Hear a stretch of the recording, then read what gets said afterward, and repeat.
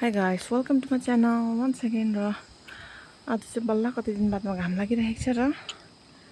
यहाँ अर्किड हामीले पाएको थियो एग्रिकल्चरबाट अर्किड रोपिरहेको छ मजाले आइरहेको छ वाउ ठुलो भएछ मलाई यादै छ नि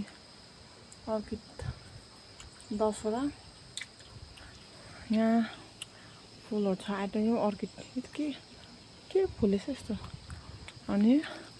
यहाँ एउटा कुरा चाहिँ 2 वर्ष भएर अब 3 वर्ष लाग्न आँट्दाखेरि चाहिँ अंगुर फुले बल्ल फल्यो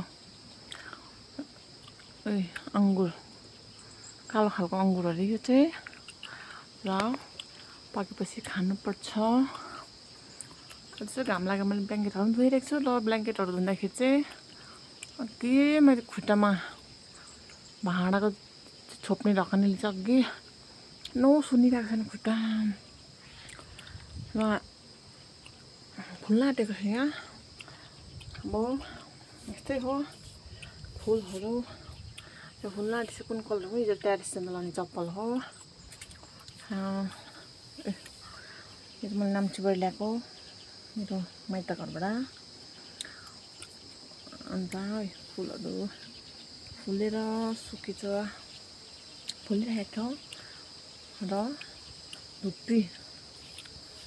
फुलहरू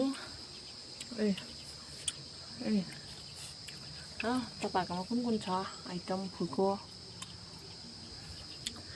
अनि एउटा हिजो मेरो हस्बेन्डले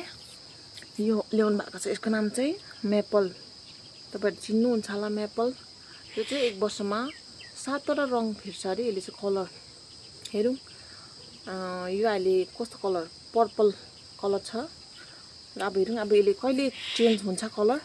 तपाईहरुले फेरि भिडियो बनाएर पठाउँछु है र सब्स्क्राइब शेयर गरिदिनुस् होला धुप्पी थ्यांक यू